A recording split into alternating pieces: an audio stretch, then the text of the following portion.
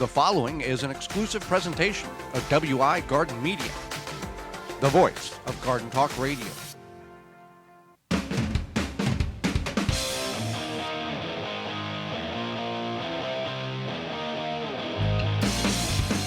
Coming up on the program today, we're going to discuss how you can grow watermelons in your backyard, as well as what to do with all that zucchini that you'll soon be harvesting. Our guest is bird expert Laura Erickson, and we'll answer your garden questions. The hour is full, so join us. You are listening to the most informationally packed hour of garden-focused radio in the country and on the internet with your host, husband and wife team Joey and Holly Baird. This is the Gardening with Joey and Holly radio show. And welcome to another episode of the Gardening with Joey and Holly radio show. Happy you've taken time out of your day to allow us to be part of it. Whether you're listening to us on one of the 20 AM and FM frequencies broadcasting our program here in 2023 through our parent website under the Season 7 tab at the top of the page. That website is thewisconsinvegetablegardener.com, or podcast replay or in-studio video replay through our YouTube channel. Thank you very much. I am your host, Joy Baird. Beside me is my wife, co-host, best friend, and gardening partner. Hi, Baird. This program is for you, about you, to help your garden grow better, to maintain your landscape, grow healthier trees, make your grass look greener, as well as preserving what you grow. If you want to partake in the program, in addition to allow it to go into your ears, you can send us an email to gardentalkradio@gmail.com with your questions, gardentalkradio@gmail.com, or you can give us a call, toll-free, coast-to-coast, at 1-800-927-SHOW. That's 1-800-927-7469. Watermelon. We're going to talk about growing watermelon. Yes. Can everybody grow watermelon? Based on the type of watermelon, and yes, with an asterisk. What about in Antarctica? Can you grow watermelon? Nothing can grow in Antarctica except for penguins and ice. Ice grows there? Yeah. Oh. Okay. Seriously now, most people, based on where you're living, you can grow watermelon. Now, the watermelon that you can grow is not going to directly reflect the type in which you're going to purchase at your big grocery store in your town, because the variety is different and the time and conditions in which is required to grow those big, giant watermelons are very dramatically different than where you are in most situations.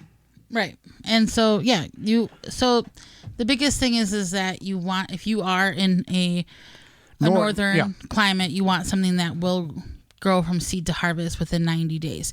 And there's no hope lost because there are options. Right. Yeah. The big giant watermelons that you see, they are grown primarily in a lot of situations in the South. Yeah. A lot of heat and a lot of water, and those things love them.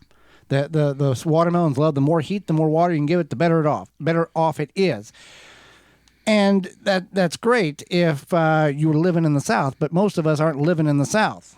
No, absolutely not. And one of the things is that you want to do, no matter, I guess, probably where you live, is you want to just direct sow them because their roots are very fragile. Now, you can technically start the seeds indoors, but when you direct sow them, you take less of a chance of causing damage to the roots. So you can just direct sow them. You want to make sure your soil temperature is going to be over 65 degrees consistently.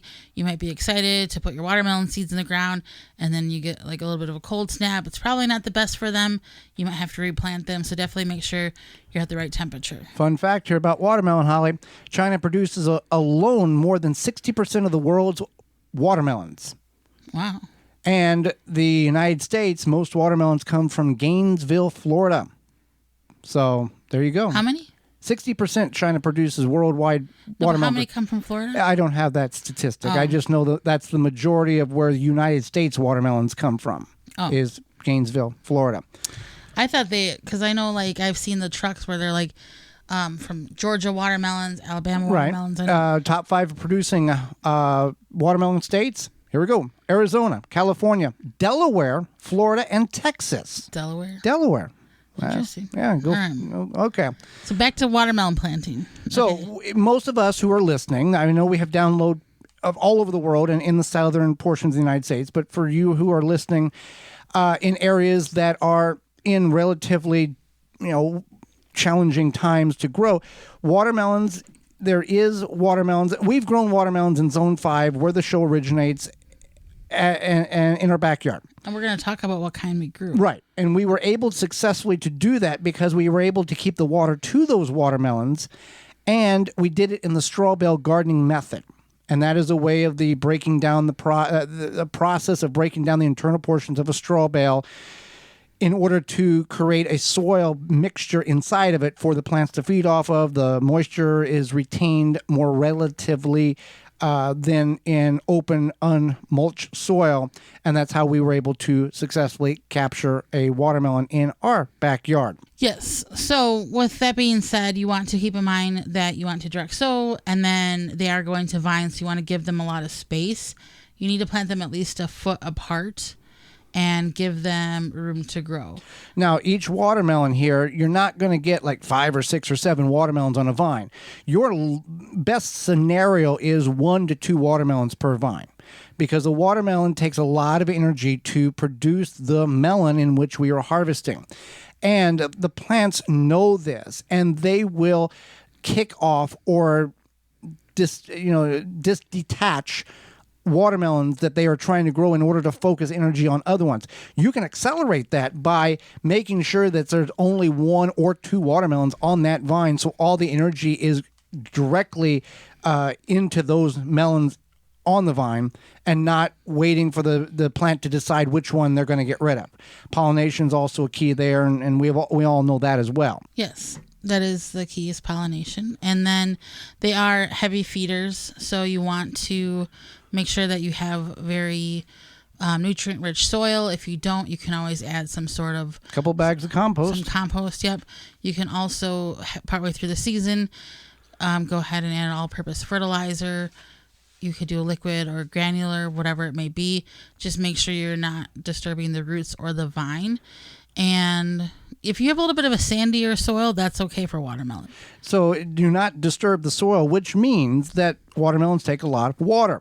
So set up your DripWorks irrigation system, or your tree diaper, or your tree hugger sprinkler system at the time of planting. So all you have to do is, just hit the button, or just let it do its natural thing if you're using a tree diaper. So you're not disturbing that root system, because these are fragile plants that if you wave at it wrong, it's going to die. Type of thing. You want to be very careful of how you go about weeding around the plant and feeding the plant as well. Now, keeping the days of harvest under 90 days in the cooler climates is a key here. Now, Jung Seeds, JUNGSEED.com, has watermelon seeds available for larger watermelons, 10 TG23, to save 10% on your order. Now, they do not have the specific watermelon that we're going to talk about. So, disclaimer there. These were seeds we got many years ago. I also want to mention that yes. when they do sell these seeds, wherever you find them, they sell out fast. Yes, because of the availability that you can grow watermelon in a climate where you typically are not able to. So, we grew a... It's called Cream of Saskatchewan. And... It's kind of just a normal looking watermelon, right? Yeah, it's a little bit bigger. 5 to 10 pounds is what they will get in great scenarios. I think ours was like 2 pounds, 2.5 pounds, and we didn't do the very best gardening parents that we could have been for that watermelon. It has a rare white flesh, round white flesh internally. Some have more of a yellowish tint to it at the time of harvest. When to harvest your watermelon? Well, you can get in fistfights about this type of information. We allowed the watermelon to basically detach itself from the vine on its own, and then we knew it was time to harvest. Now, if you're in an area where you can't do that, or you have creatures and critters that are going to want to consume that watermelon before you do, which we had one prior to the harvest of the one, we've got it on our parent or on our YouTube channel, the Wisconsin Vegetable Gardener, Watermelon in Wisconsin, something like that, where it shows that we harvested it. But you want to do your research. There's many different techniques and or theories about when the best time and how to harvest a watermelon, and some are true, some are not. Some work sometimes, some don't work other times. But cream of Saskatchewan watermelon is what we were able to grow. 5 to 10 pounds is what they typically will get if all conditions and situations are correct, which that's a decent sized watermelon. It's not, a watermelon you get at the big box store is like 8 to 12. Maybe you squeeze out a 10 to 15 pound, at some point at a box store. On some level, the smaller ones, they call them like personal size Yes. watermelons. Yeah. So that's basically what this is. I remember it being sweet. This was several years ago. Did it have more of like a cantaloupe flavor? I don't remember, but no, it had a watermelon flavor. It had a watermelon flavor. Yeah. Now you can grow other melons too, but watermelons, and a lot of people want to grow them and they want to have success. So we definitely recommend checking out the other varieties like the Sugar Baby, the Blacktail Mountain, and I think Moon and Stars is another one. The cream of Saskatchewan will take 80 to 85 days to reach maturity. So you're in that 90-day range. And if you haven't planted watermelon and you're wanting to plant watermelon, do it today. Today, get it in the ground, get it hydrated, get the best opportunity to get that watermelon to mature before those colder nights come in about 90 days is what we're looking at. So anything else we need to add about watermelon? I really don't think so. I think that everybody should try it. You're gonna fail. Yeah. That's just part of the deal. Be aware that, don't expect that your first watermelon, if it does great, don't expect it to be, PBS, we made it work and everything's great type of watermelon. You probably will fail. So if you have the space and to do this, I would recommend doing it in the ground. It could be done in a container, but do it in the ground. If you have the space, do 3 or 4 or 5. Increase your odds and see how that works out for you.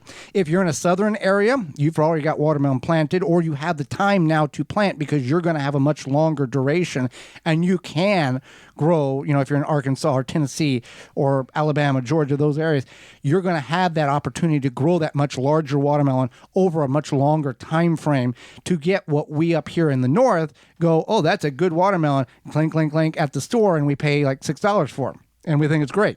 And sometimes you can find better deals, but just like anything else that you grow yourself, it's going to have better flavor, taste fresher, and it's a reward. Walton's has great deals as well for us, Holly. Yeah, we are brought to you today by our sponsors, Walton's Inc. We know you care about where your food comes from, canning, preserving, growing your fruits, vegetables, etc.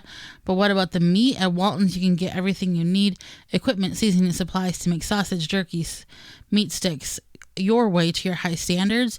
You want to make some delicious meat sticks. Meatjuststicks.com has an informational site to help you make the best finished product.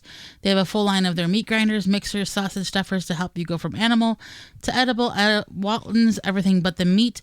We got a code for you here. Use code GROW50, GROW50 to save 10% off your orders of $50 or more. That's waltonsinc.com, code GROW50. When we come back, we're going to talk about all the things you can do with the zucchinis that you'll be harvesting. You're tuned in to the Gardening with Joy and Holly radio show.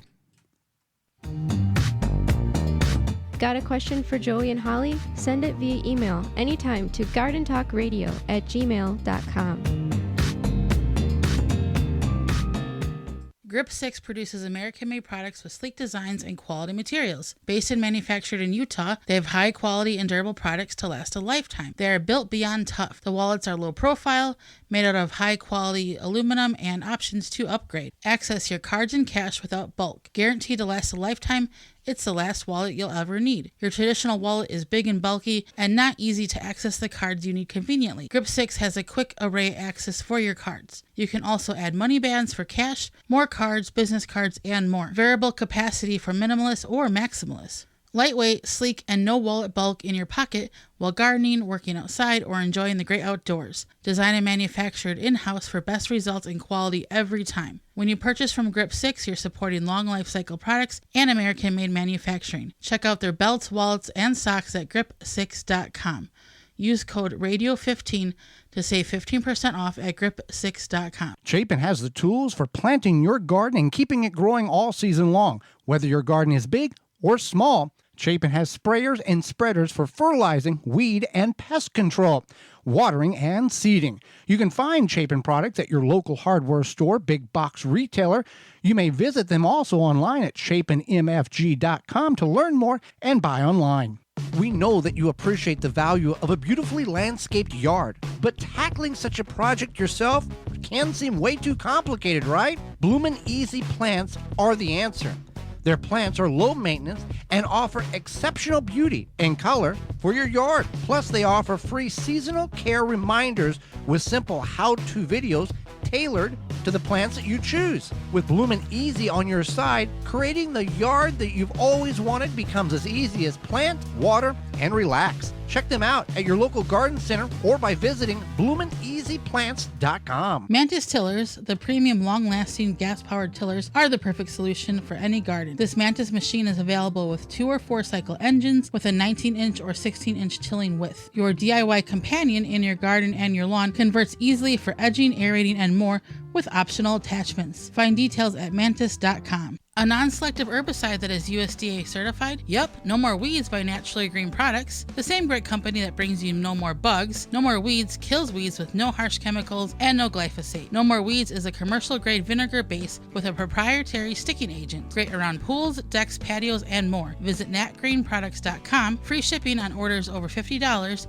using code FREESHIP4ME. Make watering easy. DripWorks provides quality drip irrigation supplies and equipment to gardeners just like you for all your growing needs across the U.S. and Canada. Purchase online at dripworks.com. Jung Seed Company is a family-owned and operated gardening company since 1907 with the largest selection of seeds and plants online. Use coupon code 10TG23 to receive 10% off your order at jungseeds.com. Again, that coupon code is 10TG23. The Gardening with Joy and Holly radio show is brought to you by the following: DripWorks, Rise Gardens, Grip 6, Bloomin' Easy, Fleet Farm, Waltons Incorporated, Blue Ribbon Organics, Tree Diaper.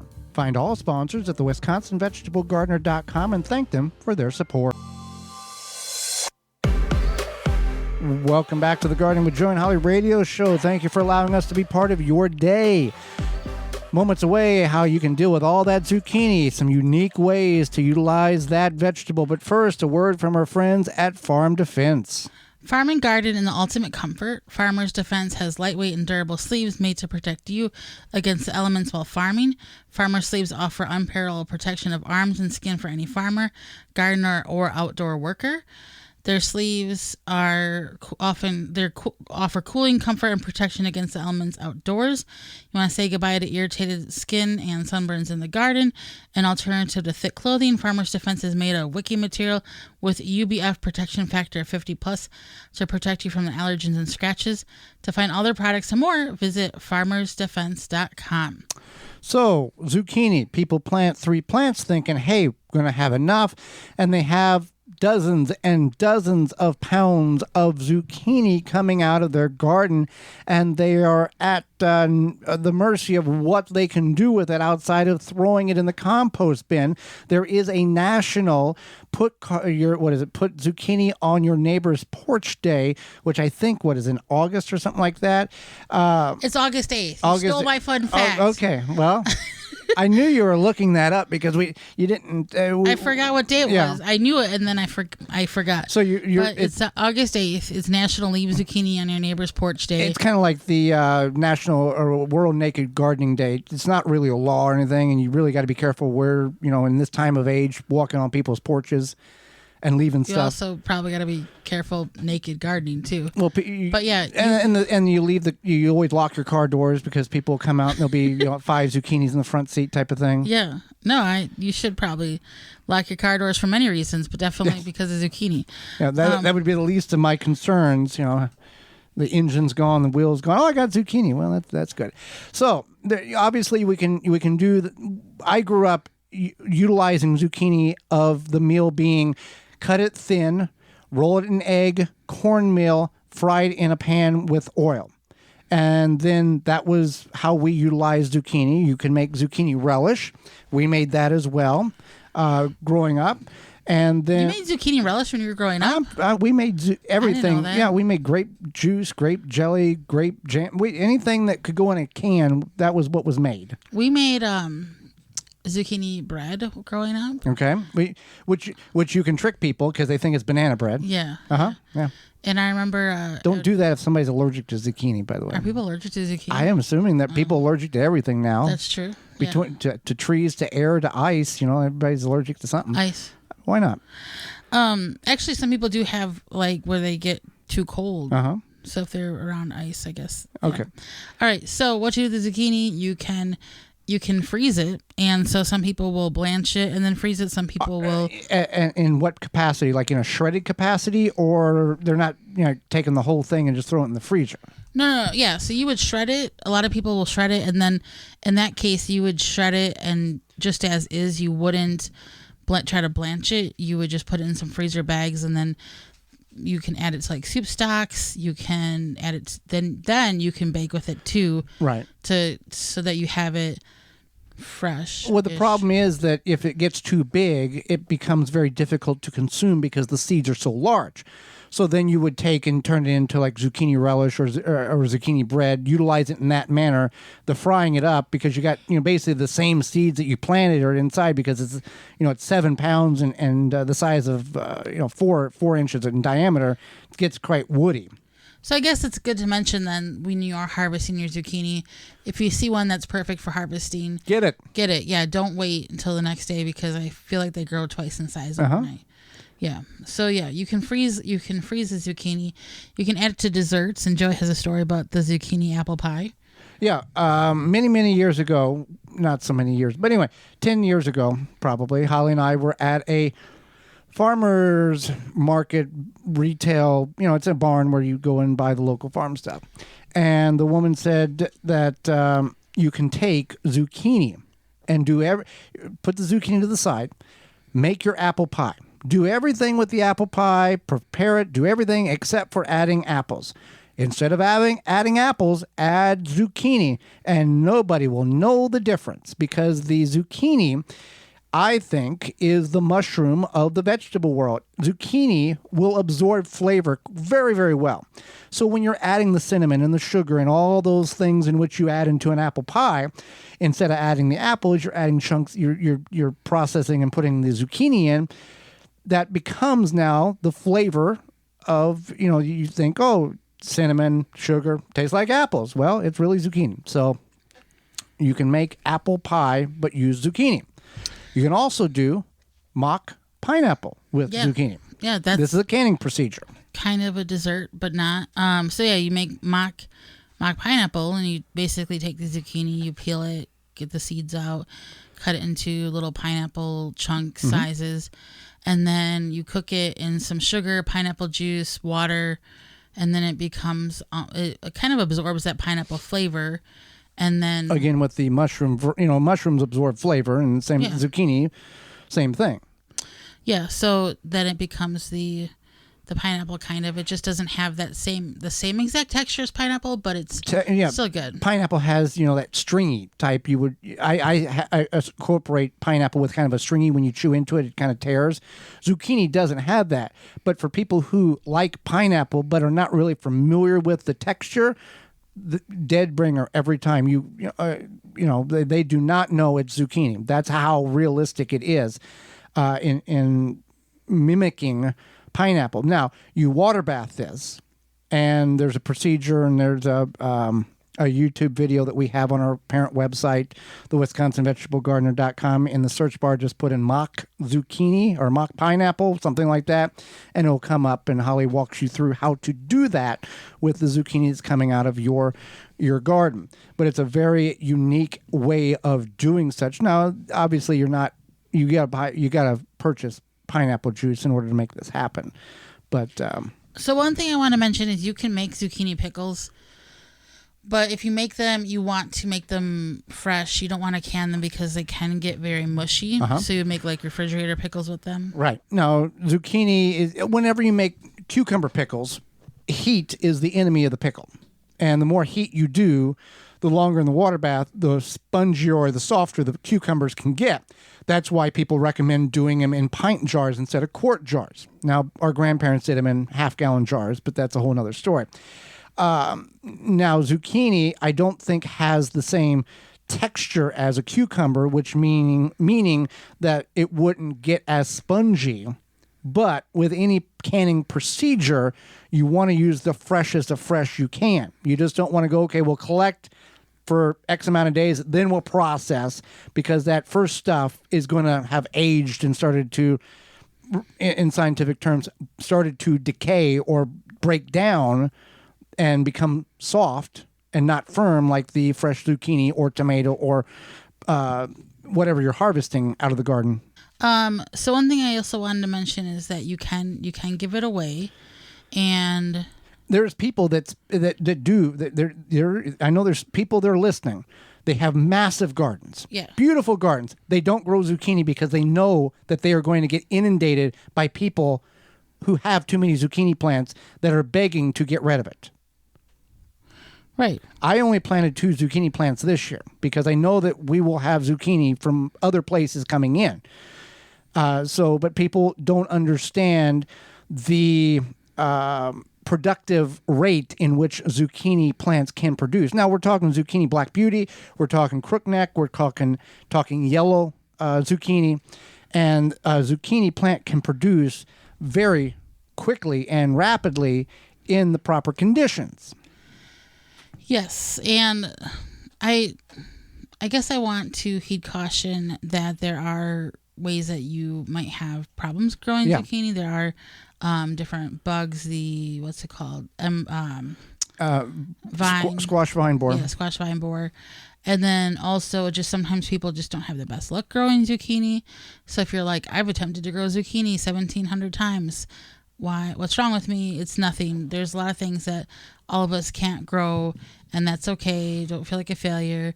Maybe somebody will leave some on your porch on August 8th. Zucchini, one zucchini plant on average will produce between 3 and 10 pounds of zucchini. Now, that is a skewed average because if you allow one zucchini, hey, I'll get it tomorrow, oh, I forgot it, that zucchini can very quickly multiply to 8 or 9 pounds just on one zucchini. People can choose to harvest that zucchini at whatever stage they want. But the larger it is, the woodier it gets, the larger the seeds are. You see the little petite 6 or 7 inch long zucchini that's about 1 inch or 2 inches in diameter that you see on the cooking shows. That's what a lot of people do not want to harvest. Well, I wouldn't want. Growing up, I didn't harvest that because if I let it get bigger, there'll be more zucchini. The actual harvesting item will be larger. But if you harvest them small, the plant will produce more and they'll be more manageable and much more tender because the seeds have not matured inside of that zucchini fruit or harvesting item. Yeah, tastier, easier to enjoy, and then not overkill of zucchini. Yeah, and once you plant zucchini, you can start expecting them about 35 to 55 days in that range. And if you continue to harvest at a reasonable size, the plants will produce until cold weather hits, or in most instances, you get powdery mildew that starts to develop on the plants, and then that is the demise of the plant. But at that point, many people are so tired of zucchini that they welcome that disease to come in and kill off the zucchini plant, which is a horrible thing. But you want the zucchini plant to die, but you want the pumpkins to still live. But typically, once it hits part of your garden, it's going to hit all of the garden because of the cool nights and the dampness on the leaves not being able to dry up before the cool nights come, and that's when mildew develops. Absolutely. If you want to control beetle and grub invaders without affecting the rest of the ecosystem in your yard, then Grub Gone and Beetle Gone are the solution. Phylums Grub Gone and Beetle Gone target a wide range of invasive and destructive beetles, weevils, and borers without harming non-targets such as bees, ladybugs, butterflies, earthworms, and other beneficial insects.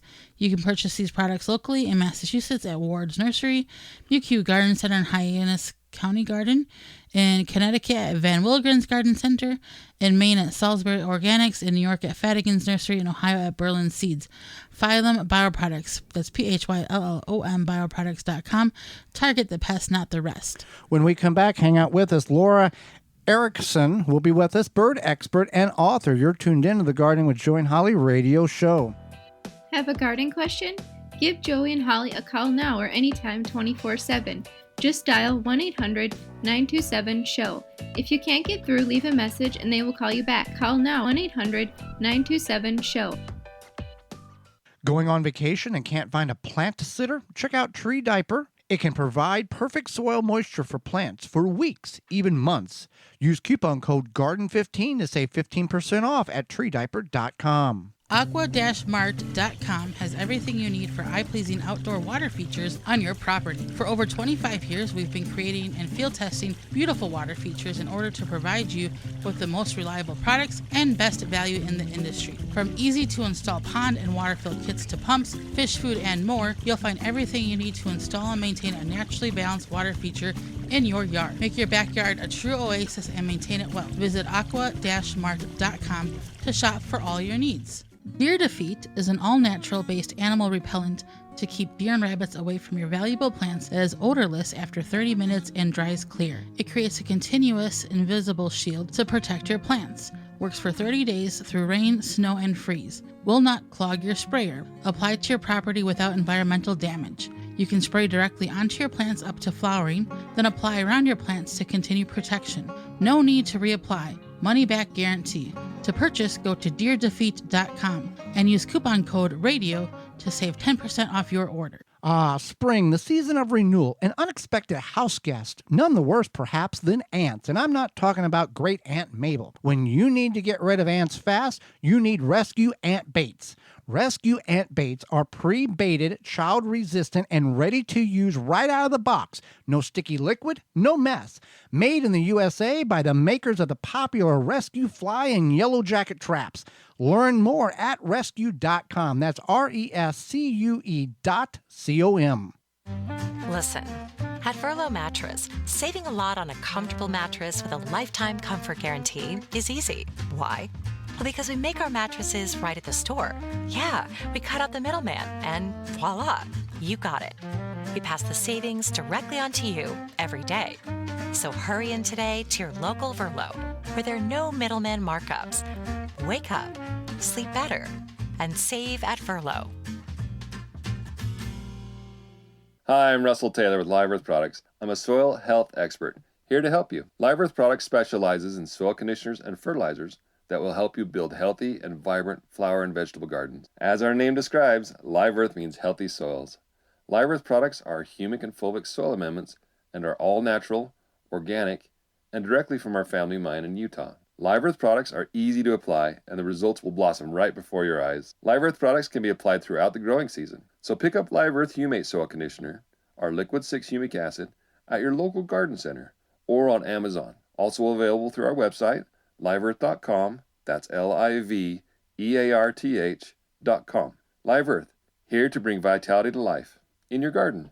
Dig planting holes from a comfortable standing position. Step, twist, pull, and plant. Visit ProPlugger.com. The Gardening with Joy and Holly radio show is brought to you by the following: Chapin Manufacturing Incorporated, Aqua-Mart, Soil Savvy, Wind River Chimes, Wisconsin Greenhouse Company, ProPlugger, Deer Defeat, Dripping Springs Oyas, Phylum Bioproducts. Find all sponsors at the WisconsinVegetableGardener.com and thank them for their support. Welcome back to the Gardening with Joy and Holly radio show. Laura Erickson, moments away, but first, Rise Gardens, Holly. Rise Gardens is a revolutionary hydroponic gardening system for your home. Instead of food traveling hundreds or even over 1,000 miles before it hits your plate, harvest the veggies, herbs, and greens you need for dinner tonight in the comfort of your home. No green thumb required knowledge. Gardening made easy with the Rise Gardens app. Step-by-step guidance from seed to harvest. A complete garden on a shelf. And it comes with everything you need to grow healthy and the freshest food for you and your loved ones. Fully customize your garden to your needs and preferences. For more information to get your Rise Garden, visit risegardens.com. Holly, let's go to the hotline and bring in our guest for this week. Laura Erickson has been a scientist, teacher, writer, licensed wildlife rehabilitator, blogger, public speaker, photographer, American robin and whooping crane expert. She's written 13 books on birds and is the recipient of the American Horticultural Society's Book Award for 2023 for her book on 100 plants to feed the birds. Welcome to the program, Laura. Hi, thank you so much. Well, thank you for taking time out of your day to educate not only Holly and myself and all of our listeners. And I'll start with this. Many people discover birding as a hobby later on in life. How did you get into the fascinating world of birds and bird watching? I loved birds since I was a very small child. Many of my earliest memories are of looking at pigeons. I became a birder as an adult. When I was 23, my husband told his mom to buy me binoculars and a field guide for Christmas, and I instantly became addicted. I mean, we enjoy birds and looking at birds. I find, you got the robins and the orioles and the all these other ones. I think the owls are very fascinating to me. They are. I lived with an owl named Archimedes, a tiny little eastern screech owl, for 17 years. And I can affirm that they are indeed fascinating. He was an education bird that I was licensed to keep to take to school programs and other venues. And he reminded me in many ways of a cat. He could be active in the daytime or the nighttime. He had very cat-like eyes, and he was just a delight. That's so neat. So many gardeners are often, they don't want birds in their garden. They think that they're going to peck at the tomatoes or eat their berries or whatever. How are birds helpful to the garden? Well, when we grew tomatoes here in Duluth, Minnesota, many times slugs go after them too, and common grackles love eating slugs. There are a lot of interactions between birds and our fruits that we would just as soon not have to deal with, but they eat a host of insect pests that cause even more damage to plants. And they bring so much music and color, and they're such an integral part of nature that, recent studies have shown that people benefit both in their physical health and their mental health from hearing bird song. So there's just all kinds of good reasons to want birds around, even if you do have to provide some protection to your plants to keep the birds from eating the things you want, like your tomatoes. And I'm going to assume, as an expert in your field, you doing this so long, your eyes closed, you can identify what bird it is based on the tone of their song or their noise. Yes, but nowadays just about anybody can do this. If you have an app called Merlin, when you turn that app on, it's free from the Cornell Lab of Ornithology. If you just do a Google search on Merlin app and bird song, you'll find it, and it's free. And if you just turn it on when you're hearing a bird, it will list every bird singing. And if a robin is singing, and then it hears a red-winged blackbird, and then it hears an oriole, and the robin starts up again, that robin will be highlighted again. So as each bird enters, even if it's already listed it'll highlight it again, so you can learn which is which and the sounds you're hearing. A very unique way technology can benefit us in a positive way. Right. It's kind of fascinating when you live in with all the things you're paying attention to being the lowest tech things of all, birds, and you get so much benefit from high tech for learning about them. Definitely.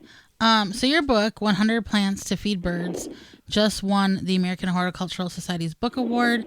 Please tell us. You can tell us about maybe why it won the award or something that would pique the interest of our listeners to go pick up a copy. And also, what book of yours would you recommend to a newer bird watcher? Well, like I said, when we're thinking about our yards, both our gardens per se, not so much those, because things like tomatoes, our cherry trees, some of the flowers we like to grow aren't native. They're not part of the local natural environment, even though they're so beautiful or tasty and essential to us. But many of the just background plants in our yards, the trees and shrubs that we have, can play a really important role in our neighborhood becoming more of what it needs to be to have the birds from our part of wherever we live make comebacks. We've lost so many natural insects and natural birds to so much development. And when we're making, like in my yard, I have box elder trees. And those are like waving a red flag up in the sky. Eat it, Laura's, because they when they have box elder seeds, if evening grosbeaks are flying over, they zip down to eat my box elder seeds. Different plants that we have, my serviceberry or juneberry shrubs bring in cedar waxwings, bring in robins. Many kinds of fruit eaters come to them. Cedar waxwings come in spring, the day the cherry blossoms and apple blossoms open up, because they eat some of the petals. They don't pig out and wipe out all the petals on your tree, but they just add so much beauty. Now, go ahead. But all the natural plants we have and the plants that support birds bring in so much magic to our yards beyond when we're digging in the dirt. It's kind of nice to look up and see something vivid like an oriole. Bird, and I think you touched on this, most gardeners understand how to bring pollinators into their garden. I'm assuming by incorporating native plants, you can attract the birds just like you described, in addition to bird feeders and bird baths. Exactly. And certain plants are really important. There's like tight relationships between certain birds and very specific plants. Hummingbirds will just show up like magic during their migration. If you have bee balm, cardinal flower, or jewelweed, as the males are no longer necessary for their family life because they don't pay attention to their babies. Ruby-throated hummingbirds, when they start migrating first in July, that's right when some of these flowers are opening up, and you can just see the most beautiful flowers, flower hummingbird interactions if you have bee balm or jewelweed.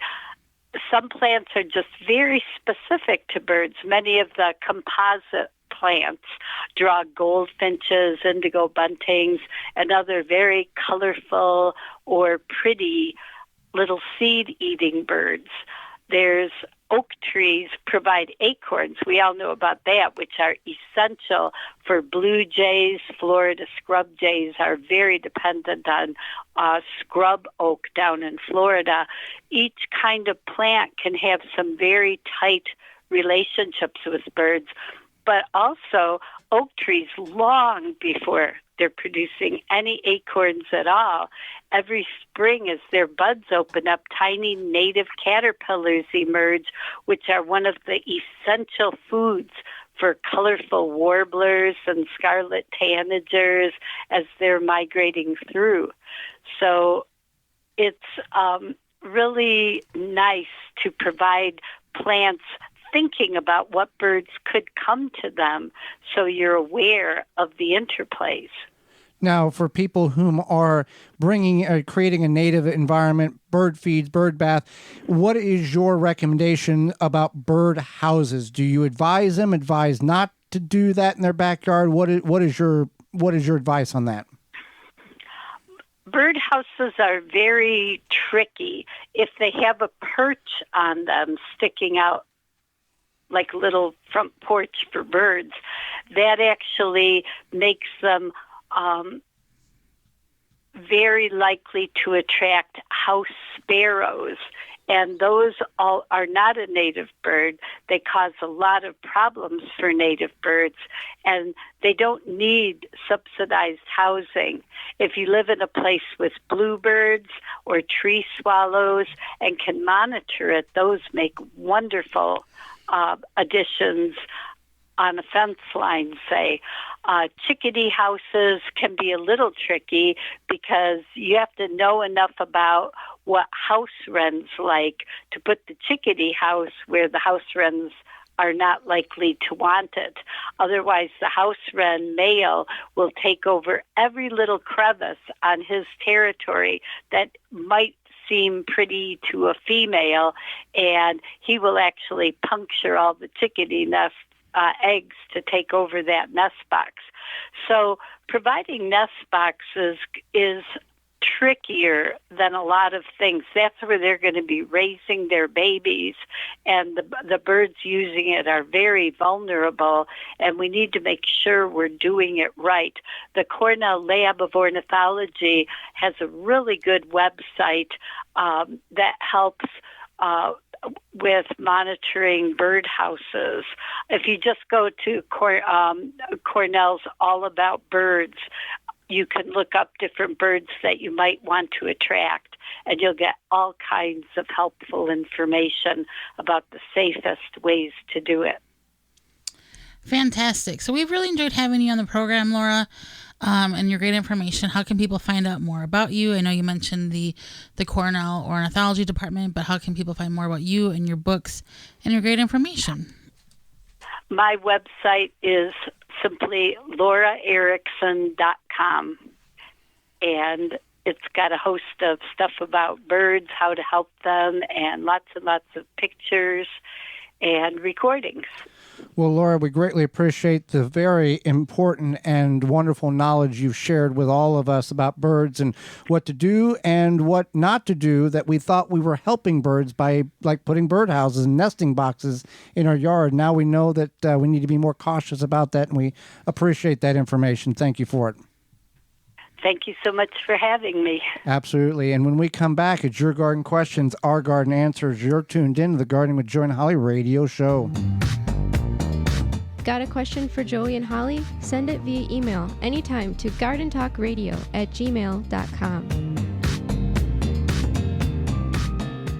Dripping Springs Oyas clay pot irrigation solves the watering needs for gardens, bushes, new trees, and more. An ancient irrigation system we brought to America. Dripping Springs Oyas, OLLAS, on YouTube, Facebook, Instagram. Check us out. Garden like a pro in 3 easy steps and receive customized fertilizer recommendations for your garden or lawn.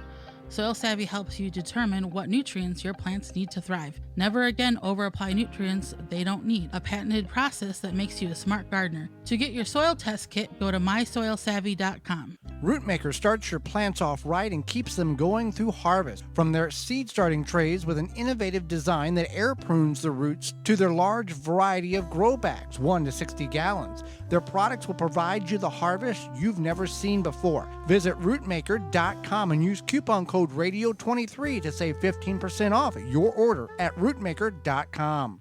Wind River Chimes creates a symphony in any space. Chimes that are inspired by nature and designed to make the natural world even more inspiring. Music speaks to everyone. Individually handcrafted in Virginia for over 35 years and hand-tuned for an exceptional precision and lasting beauty. Because in life, the winds of change are always moving. But no matter where they carry you, Wind River Chimes will always be the inspiring harmony. With a large selection and customization options, you will find the sound that soothes you. Visit windriverchimes.com to shop and find out more. Tree Hugger sprinklers are the ultimate watering device for either your newly planted or established trees and shrubs. Our sprinklers open and close around the trunk of your tree and provide 360 degrees of watering. With our adjustable valve, you can direct the water to your tree's targeted saturation zone. They come in 3 sizes, 7, 11, and 15 inches. You can purchase a Tree Hugger sprinkler at your local garden center, feed store, or hardware store. Go to treehuggersprinklers.com to find a retailer close to you. Or you can buy it directly from Amazon or treehuggersprinklers.com. If you're an independent nursery, garden center, hardware store, or feed store, you will want to stock this product. Contact the good people at Tree Hugger Sprinklers and they will get you set up. Your tree's best friend. treehuggersprinklers.com. Blue Ribbon Organics, providing locally made organic compost and soil blends for gardeners, farms, landscaping, and more. To find our products nearest you, visit blueribbonorganics.com. Fleet Farm's Garden Center is now open. Stop in to check out their selection of nursery quality plants available at low prices. All of their plants are grown in the Midwest, and their vegetables are insecticide free. Choose from annuals, perennials, shrubs, trees, and more. Plus, take care of your lawn with grass seed fertilizers, lawnmowers, and string trimmers. Get everything you need to keep your yard looking great at Fleet Farm, your lawn and garden headquarters. The Gardening with Joe and Holly radio show is brought to you by the following: Happy Leaf LED, Root Maker, Jung Seeds, Tree Hugger Sprinklers, Verlo Mattresses, Farmer's Defense, Pomona Universal Pectin, Natural Green Products, Mantis Tillers. Find all sponsors at the WisconsinVegetableGardener.com and thank them for their support. Welcome back to the Gardening with Joe and Holly radio show. Again, thank you for allowing us to be part of your day, whether you choose to listen to us on the radio or download the program on your favorite podcast platform or watching us in the in-studio video replay on YouTube or our parent website, the WisconsinVegetableGardener.com. Time for question and answers. If you've got a question, we've got an answer. Send it on over to gardentalkradio@gmail.com, gardentalkradio@gmail.com, or give us a call anytime, coast to coast, toll free, 1-800-927-SHOW, 1-800-927-7469. If we can't get to you, leave a message and we will call you back. This question is sponsored by Fleet Farm and FleetFarm.com. We have planted potatoes in buckets. Now there's something eating the leaves. My husband has sprayed neem oil on the plants themselves, but it doesn't seem like it's working. Where are these pests? Where are they coming from? What can I do? I'm just running out of options, it seems. All right. It sounds like you have Colorado potato beetle eating your plants. If beetle numbers are large, treat them with an approved insecticide that won't harm the plant. There are natural products like BT for beetles, and which is a natural occurring bacteria treatment that will kill the young potato beetle larva. It is less effective on older larvae and adults. If you use neem oil, that will work for the larvae, but it does not work very effective on the adults. Removal by manual means is a best scenario for the adults. Some people will take a vacuum out and suck them in the vacuum. You can crush the eggs by wearing gloves underneath. You raise the leaves up and they're going to be underneath. Any application you apply, try to make it organic and make sure you douse the leaves top, bottom, the whole plant, because that's where a lot of people have the misconception of, oh, I sprayed the plant, meaning the top of the plant, and it must be good, but they did not capsulate or spray under the leaves and the stem and around the base in order to kill everything they're trying to, for this instance, the Colorado potato beetle larvae. But the removal of the adults is probably going to be the most effective, and then do the treatment with the BT or the neem oil to get the larvae under control. All right, Holly, is trellising necessary for better production in the garden? I believe so. I think overall, yes, especially if it makes sense to trellis. If you have, if you are maybe limited on space, that's one thing. You can increase your space, your ground space, and for things like tomatoes, it keeps them off the ground where they can rot, and that will definitely improve your production. I think by like 50%. Correct. And then it's just easier. So if you trellis all your things like cucumbers, beans, etc., you can find them to pick them easier instead of having to dig through a bunch of vines that are on the ground. Well, and growing pole beans on the ground, they don't do good at all. There's a reason why they're called pole beans. Right. Cucumbers, they will sprawl across the ground. However, the leaves are covering the fruit, and you're going to miss one or two, and you're going to get the size of a football cucumber. And then you don't want to eat that. And you don't want to eat that. And it will also have some tendencies in order the plant could shut down because it has matured the seeds in that if you leave it and forget and not see it long enough. And that plant has matured the seeds in that fruit, and it's done. Doesn't care. Not producing it for you. It's producing naturally for reproductive of next year's seeds.